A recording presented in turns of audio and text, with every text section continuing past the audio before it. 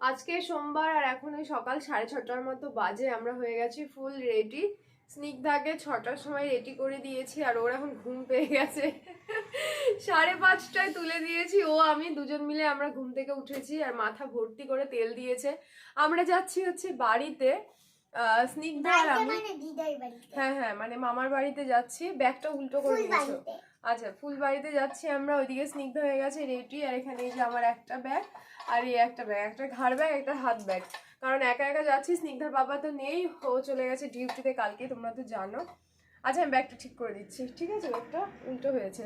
আর এই ব্যাগের মধ্যে স্নিগ্ধার আছে বিস্কিট। বিস্কিট ওর টিফিন বক্সে একটু বিস্কিটটা দিয়ে দিয়েছি, যদি খিদে পায় তো খাবে। তো আমি বেরোবো 7টায়, 6:30 থেকে রেডি হয়ে বসে আছি। যাই হোক, যেহেতু একা একা যাবো একটু তো টেনশন লাগছে। টেনশন না, মানে একটু তাড়াতাড়ি হলে সুবিধা হয়, কোথাও যাতে তাড়াহুড়ো না করতে হয়। তো চলো, দেখা হচ্ছে বাইরে গিয়ে। আহারে, ঘুম পেয়ে গেছে বেচারির। কোন্নগর থেকে ব্যান্টেলে এসে তারপরেই ব্যাগ থেকে ফোনটা বের করেছি। আর এখন হাতে অনেকটাই সময় ছিল, যেহেতু স্নিগ্ধাকে নিয়ে এসেছি, যার জন্য একটু হাতে সময় নিয়ে এসেছিলাম। আর এই যে স্নিগ্ধার আমি এখন ট্রেনে উঠে গেছি। আর ট্রেনে উঠে দেখছি যে আমাদের তো রিজার্ভেশন করা ছিল, কিন্তু সিঙ্গেল সিট পেয়েছি। আর এই সিঙ্গেল সিট পেলে খুব ভালো লাগে। তো স্নিগ্ধা তো এখন শুয়ে বসে খেলে তারপরে যেতে পারবে। তো যাই হোক, এখন ভালো লাগছে যে একেবারে ট্রেনে উঠে গেলাম, আর কোনো চিন্তা নেই, একেবারে গঙ্গারামপুরে গিয়ে নামবো। আর স্টেশনে তো আমার ভাই দাঁড়িয়েই থাকবে, তো আর কোনো চাপ হবে না, আর খুব একটা সময়ও লাগবে না। এই এখন ট্রেনে উঠলাম, বিকেলের মধ্যে আমরা বাড়িতে পৌঁছে যাব।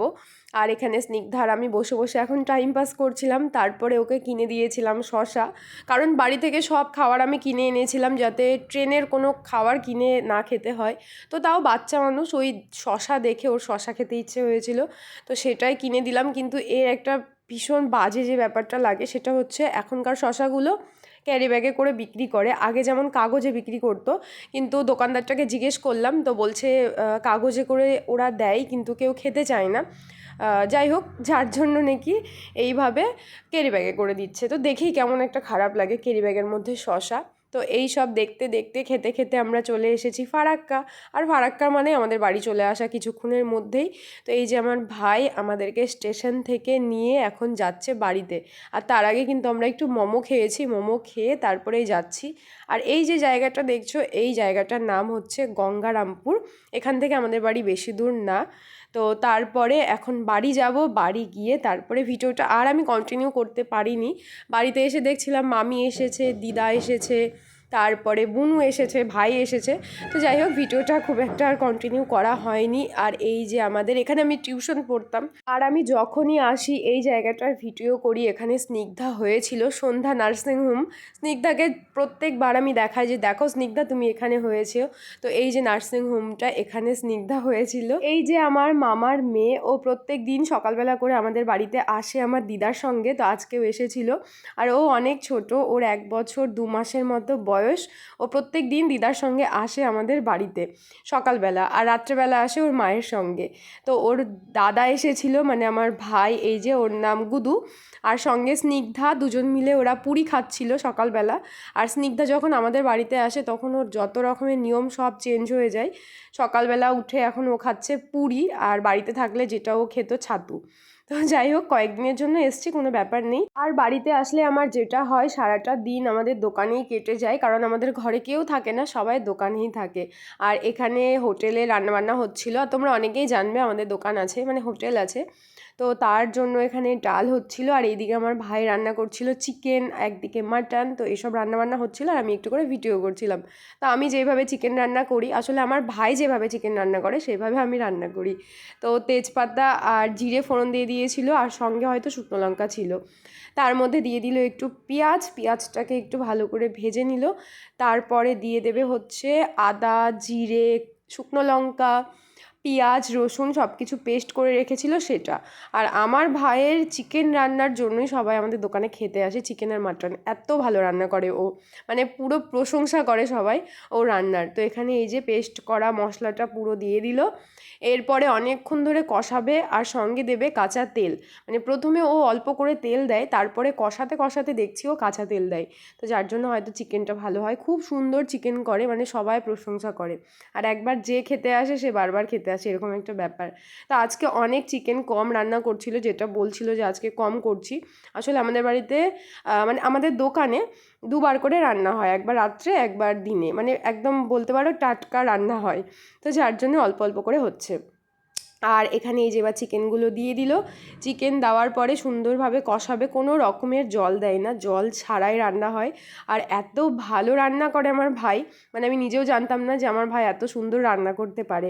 আর পুরোটাই কিন্তু হয় উনানে, মানে ওই গুলের আঁচ বলে যেটাকে, খড়ি দিয়ে কিন্তু না, উনানে হয়, যার জন্য এত বেশি হয়তো টেস্ট হয়। আগে গ্যাসে করতো, তো গ্যাসে হয় না অনেক রান্না, গ্যাসে একটু প্রবলেম হয়, যার জন্য এখন উনানে করে। আর এই যে এইদিকে কিন্তু আমি নাড়াচাড়া করছিলাম, আর আমার ভাই এদিকে করছিল। তারপরে কি দিয়ে দিল, নুন দিয়ে দিল। নুন দেওয়ার পরে আরও অনেকক্ষণ ধরে কষাতে হবে, কষিয়ে কষিয়ে তারপরে নামানোর সময় ধনেপাতা দিয়ে নামিয়ে দেয়। আর কখনো দেয় গরম মশলা, তো যেদিন যেই রকম হয়। খুব সুন্দর করে, মাঝে মাঝে আমার বাবাও রান্না করে, কিন্তু আমার ভাই বেশি করে।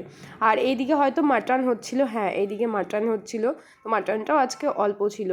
তারপরে এদিকে করছিল হচ্ছে আলু ভাজা, একেবারে ঝুড়ো ঝুড়ো মচমচে আলু ভাজা রান্না হচ্ছিল। আর আমার ভাই রান্না বান্না করে পুরো হাঁপিয়ে গেছে, এখানে বসেছিল। আর ওর কানে কিন্তু সবসময় হেডফোন থাকে, মানে সারাক্ষণ হেডফোন থাকে। আর এদিকে আমরা কুল খাচ্ছিলাম, যেগুলো আমি বাড়ি থেকে এনেছিলাম, মানে কলকাতা থেকে এনেছি। তারপরে দেখছি আমাদের বাড়ির পেছন দিকে অনেক বড় একটা কুল গাছ, যেখানে প্রচুর কুল ধরে আছে। যাই হোক, আমি নিজেই ভুলে গেছিলাম যে আমাদের বাড়িতেও একটা কুল গাছ আছে। কেমন, কেসা? শেষের দিকটা দেখলাম আমার বাবা রান্না করলো, গরম জলের মধ্যে ধনেপাতা দিয়ে রেখেছিল, সেটা নামানোর আগে দিয়ে দিল। আমার বাবা কত রকমভাবে যে চিকেন মাটন রান্না করতে পারে আমার বাবা একমাত্র জানে। তো যাই হোক, আমার বাবাও কখনো করে, আমার ভাইও করে। আর আমার ভাই আমার বাবার দেখেই শিখেছে, তো দুজনের রান্নার প্রসেস মোটামুটি আলাদা। আমার ভাই একটু তাড়াহুড়ো করে করে ফেলে, আর আমার বাবা পরিপাটি করে সুন্দর করে গুছিয়ে রান্নাটা করে, যেমন আমি করি। তো যাই হোক, এই হচ্ছে ব্যাপার, মানে আমার ভাই পুরো আমার মায়ের মতো আর আমি আমার বাবার মতো, এই হচ্ছে ব্যাপার। তো এই ছিল আমাদের চিকেন। তো এখন বাজে রাত্রি 10টা, যা প্যান্ট নিয়ে আয় উপর থেকে যা। এখন বাজে রাত্রি 10টা, আর ওই যে আমাদের দুধ গরম হচ্ছে, এখন ওই দুধের চা খাবো। আর আমার মা গেছে হচ্ছে বার্থডেতে, স্নিগ্ধা গিয়েছে, আমি আর আমার ভাই যাইনি। আর এখন এক কাপ চা খাবো, দিয়ে ভিডিওটাকে শেষ করব। কেউ দেখে নাকি রে? ওই যে ওখান থেকে আমি দেখছি যে ওই ওই ঘরটা থেকে কেউ দেখছে নাকি আমাকে, যে কী করে আমি ভিডিওতে একা একা কথা বলছি। তো আজকে ভিডিওটাকে এই পর্যন্ত রাখছি, দেখা হচ্ছে তোমাদের সঙ্গে কালকে অন্য কোনো ভিডিওতে। আর আজকে কি বারে ভিডিও? মঙ্গলবার, আজকে মঙ্গলবার, কালকে আমি এসছি। 2 দিন হয়ে গেল, 2 দিন না 1 দিন হলো। যাই হোক, তো দেখা হচ্ছে কালকে।